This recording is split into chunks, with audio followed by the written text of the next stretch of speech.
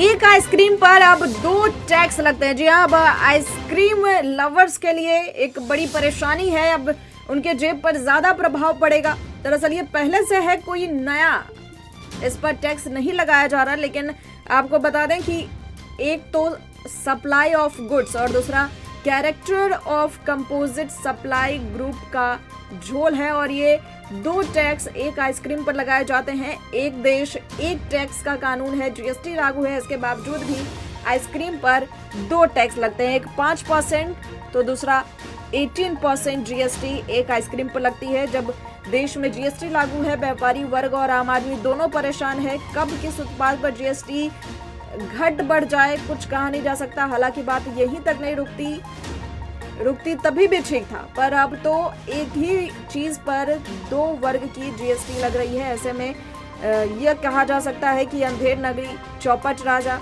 चौपट। जीएसटी वाली बात इसमें पूरी तरीके से दिखाई दे रही है। आपको बता दें कि कुछ प्रोडक्ट्स को लेकर अभी भी कंफ्यूजन है कि इस पर किस दर पर टैक्स लगता है। इसी में शामिल आइसक्रीम है, इसके ऊपर 5% जीएसटी लगेगा या फिर 18%। इस पर बहस होती रहती है। हालांकि केंद्रीय अप्रत्यक्ष और सीमा शुल्क बोर्ड ने स्पष्ट किया कि आइसक्रीम पार्लर पर इनपुट टैक्स क्रेडिट के साथ 18% जीएसटी लगेगा, चाहे वो पार्लर या किसी अन्य आउटलेट द्वारा बेचा गया हो।